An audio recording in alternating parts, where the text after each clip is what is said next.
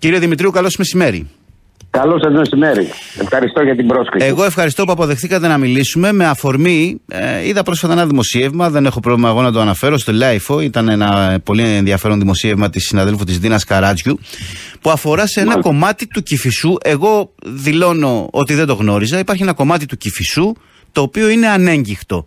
Ρέει φυσικά εκεί το ποτάμι στην κήτη του και το χαίρονται οι άνθρωποι της περιοχής. Νομίζω υπάρχει ένα σύλλογος γειτονιά της Κύρκης, κάπως έτσι, αν δεν κάνω λάθος. Έτσι δεν είναι? Είναι μια ομάδα, δεν είναι σύλλογος, είναι ομάδα κατοίκων. Η Κύρκης είναι παράλληλη περίπου της Εθνικής.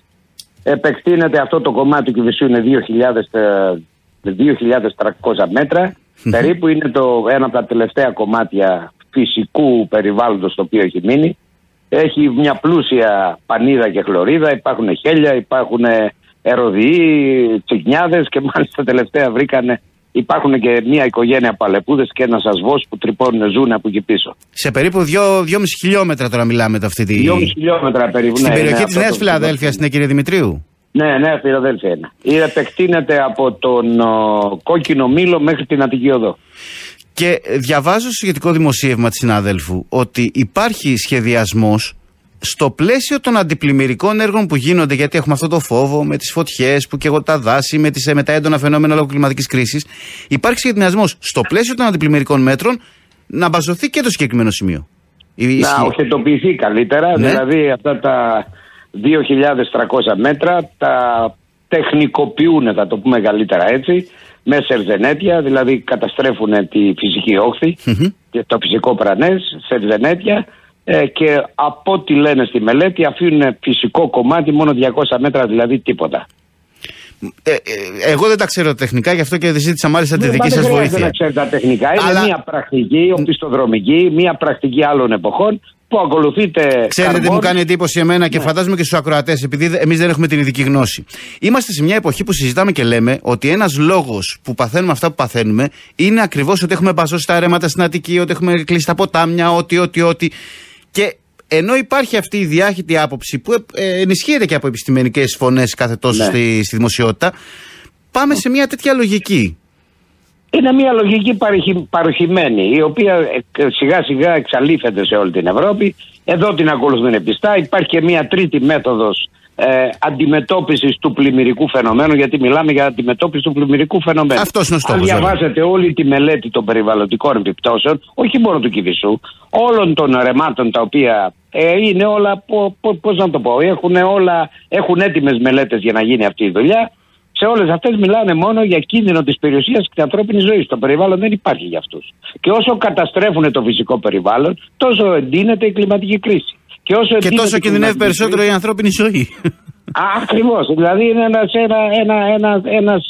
ένα κλειστό κύκλωμα από το οποίο δεν σώζεται κανείς. Δεν τους καταλαβαίνω. Απ' την άλλη μεριά, η φυσική μηχανική και η επαναφυσικοποίηση των ρεμάτων, η επάνωδος στη φυσική τους μορφή, είναι ένα πράγμα το οποίο δεν υπάρχει στην νομοθεσία. Δηλαδή, αν σήμερα ένας κάνει ένα σχέδιο επαναφυσικοποίησης του ποταμού, ποιος θα το σφραγίσει, εφόσον δεν υπάρχει, ας πούμε, οι τεχνικές, τα κορμοδέματα, η στατική τους και όλα αυτά δεν υπάρχουν. Ενώ σαν πρακτική υπάρχει διεθνώς, κύριε Δημητρίου? Ναι, υπάρχει. Στην Ιταλία, παραδείγματος χάρη, εγώ πέρασα πάρα πολλά χρόνια, εκεί σπούδασα, μεγάλωσα, παντρεύτηκα, χώριζα 34 χρόνια. Εκεί διδάσκεται στα τεχνικά λύκεια αυτή η μέθοδος. Η φυσική μηχανική.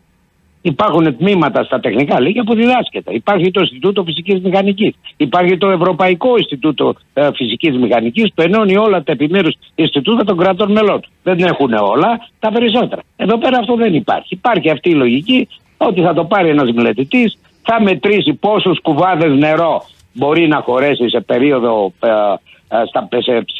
σε μία πλημμύρα αιχμή στα 50 χρόνια. Και με τους κουβάδες στο νερό το δίνουν σε ένα μηχανικό και αρχίζει να βάζει τους σπασάλους γύρω-γύρω για να συγκρατήσει, ας πούμε, θεωρούν την όχθη, θα το στρώσει με σειρματοκιβώτια και καταλήγουμε έτσι.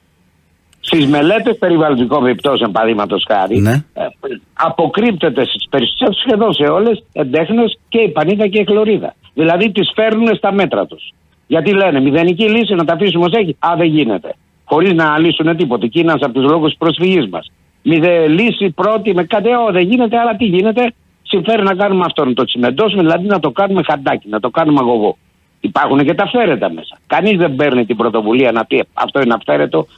Μπορεί να είναι νόμιμο σε άδεια, δηλαδή ναυτέρεται μες στην Κήτη, έτσι. Ναι. Δεν τον γκρεμίζουν. Δεν υπάρχει εναλλακτική. Άρα ο μόνος τρόπος είναι, εφόσον η Κήτη έχει στενέψει με τα κτισίματα μέσα στη φυσική Κήτη κλπ., να κάνουμε ένα καντάκι για να χωρέσει το νερό, το οποίο πιθανά θα έρθει σε 50 χρόνια.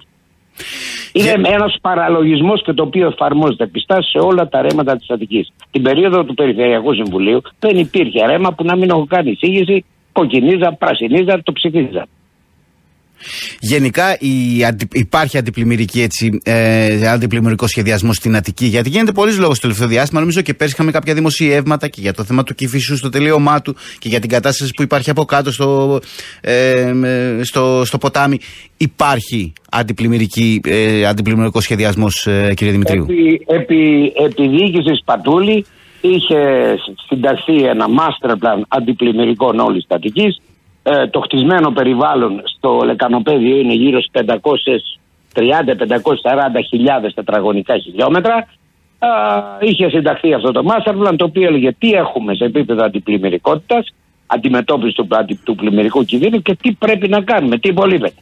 Λοιπόν, είχαμε κάνει μια συνέντευξη τύπου πριν τα Χριστούγεννα και επιτέλους εγώ σαν ομιλητής έβαλα τα πράγματα λίγο έτσι, προσπάθησα. Το master plan, αντί να είναι ένα σχέδιο μεγαλόπνο το οποίο ας πούμε που να σώζει και λίγο το φυσικό περιβάλλον, καταγράφει πόσα ρέματα έχουν οχετοποιηθεί, ποιο είναι το αποχετευτικό δίκτυο και πού, και μετά καταλήγει πόσα άλλα πρέπει να οχετοποιήσουμε από ρέματα, ποταμάκια, παραπόταμους κτλ. Και πόσα άλλα κομμάτια του αποχετευτικού δικτύου θα πρέπει να ολοκληρώσουμε. Το θέμα είναι ότι οι ίδιοι που κάνουν αυτό το master plan ομολογούν ότι το 2 τρίτα του λεκανοπεδίου είναι τελείως αδιάβροχο. Το έδαφος. Έτσι. Άρα έχουμε είναι τσιμέντο. Είναι αδιάβροχο. Τσιμέντο, πλάκες, πείτε ό,τι θέλετε. Ναι. Άρα 370.000 τετραγωνικά χιλιόμετρα αδιάβροχου εδάφους περιμένουμε να ρίξουν το νερό τους σε 3 ποταμάκια και σε ένα λειψό αποχετευτικό δίκτυο. Γιατί και το αποχετευτικό δίκτυο είναι λειψό. Έχουν αγρήγορα άτρα. Δηλαδή πρόκειται για τρέλα. Αντί να ανοίξουν πεζοδρόμια, να ελευθερώσουν χώρους, να αποτσιμεντώσουν δρόμους, πλατείες, να δημιουργήσουν αυτό που κάνουν σε όλη την Ευρώπη, σε όλο τον κόσμο σήμερα, δημιουργούν τις πόλεις φουγγάρια. Η Ολλανδία από το 1992 φτιάχνει τις πλατείες νερού της, λένε. Δηλαδή το νερό πέφτει στην πλατεία, μαζεύεται περιμετρικά με ένα σύστημα, οδηγείται σε μια δεξαμενή υπόγεια και μπορεί να τα χρησιμοποιηθεί το καλοκαίρι. Η Βαρκελόνη έχει 15 υπόγειες δεξαμενές σε στρατηγικά σημεία της πόλης. Μπορούν να χωρέσουν 500.000 κυβικά μέτρα νερό. Στην Αμερική, στην Αυστραλία, κάθε ελεύθερος χώρος, είτε πρόκειται για παιδική χαρά, είτε για γήπεδο τένις, μπάσκετ κτλ., από κάτω έχει μια δεξαμενή συλλογής νερού, όπως είτε τα παραδοσιακά σπίτια. Και αυτό το νερό ή το επαναχρησιμοποιούν ή το πάνε αλλού κτλ. Εδώ δεν κατορθώσαμε να επαναχρησιμοποιήσουμε το νερό της Ψιτάλιας, δεν το ξέρετε. Τι ακριβώς λέτε για την Ψιτάλια? Την Ψιτάλια λένε εδώ και 40 χρόνια, όποιος κατεβαίνει υποψήφιος δήμαρχος, ιδίως τη Β' Πειραιά, ότι το νερό χρειάζεται μισός κύκλος. Αυτά δεν θυμάμαι 1 εκατομμύριο κυβικά νερό να καθαρίσουν τελείως και να τα οδηγήσουν στο ποικιλός να ποτιστεί. Όχι, το πετάς στη θάλασσα, τους λείπει μισός κύκλος αλλού. Θα το πω έτσι συνοπτικά. Και είναι 40 χρόνια που το ψάχνουμε αυτό το μισό κύκλο. Να το ψάξουμε. Όχι, λέω, είναι 40 χρόνια που το ψάχνουμε αυτό το μισό κύκλο να τον ολοκληρώσουμε. Και 40 χρόνια, αν πάρετε όλα τα προγράμματα του Δημάρχου της Β' Πειραιά, είναι το πρώτο. Και δεν το κάνουμε. Λοιπόν, θα χρειάζεται κουράγιο για να το δούμε συνολικά αυτό το master plan, να αποφασίσουμε πού συγκεντρώνει το νερό. Το καλοκαίρι έχουμε λειψιδρία. Δεν υπάρχει, παραδείγματος χάρη, στη δική μας την βιβλιογραφία και στην καθημερινότητα η έννοια της κυκλικής οικονομίας του νερού. Το νερό για αυτούς που κάνουν τις δεξαμενές, για αυτούς που αφήνουν τα ποτάμια τους φυσικά, είναι πόρος, επομένως το μαζεύουμε, το βρόχινο, για μας είναι απόβλητο. Όπως πέφτει, όσο το γρηγορότερο να το οδηγήσουμε στη θάλασσα. Αυτή είναι η διαφορά. Η διαφορά είναι ενοιολογική. Η διαφορά είναι στάσης οπτικής, είναι οπτικής. Για μας είναι απόβλητο. Πώς θα τσιμεντώσουμε το ποταμάκι, πώς θα καταστρέψουμε, ώστε να το οδηγήσουμε γρήγορα στη θάλασσα. Καταλαβαίνετε την τρέλα. Μα το είπα από την αρχή ότι μιλάμε για μια σύγκρουση της λογικής με τον παραλογισμό. Ξεκινώντας από το μικρό, στο θέμα του Κηφισού που λέγαμε αυτά τα 2.300 μέτρα εκεί στην Νέα Φιλαδέλφια, αλλά από ό,τι φαίνεται επεκτείνεται σε όλο το. Όλα τα ρέματα. Εάν έχετε καιρό, αν έχετε βρείτε κάποιο πηγαίνετε να δείτε εκείνο το κομμάτι. είναι μια ζούγκλα. Δηλαδή που οι κάτοικοι ζουν παρόχθια, έχουν τα τραπεζάκια τους έξω, τα πουλιά, τα ζώα, έχουν τις μουσμουλιές τους, δηλαδή είναι ένας άλλος κόσμος. Αυτόν τον κόσμο αυτοί που δεν ετοιμάζονται να συμμετώσουν τον είδανε ποτέ. Και να τον είδαν δεν ξέρω. Δεν ευελπιστώ ότι θα τους συγκινούσε, κυρία Δημητρίου, και εντάξει, είναι μεγαλύτερα κουβέντα για τους λόγους. Σας ευχαριστώ πάρα πολύ, κύριε Δημητρίου. Θα είμαστε σε επαφή, να είστε καλά, καλή συνέχεια. Όποτε θέλετε. Ευχαριστώ πολύ. Καλή σας μέρα.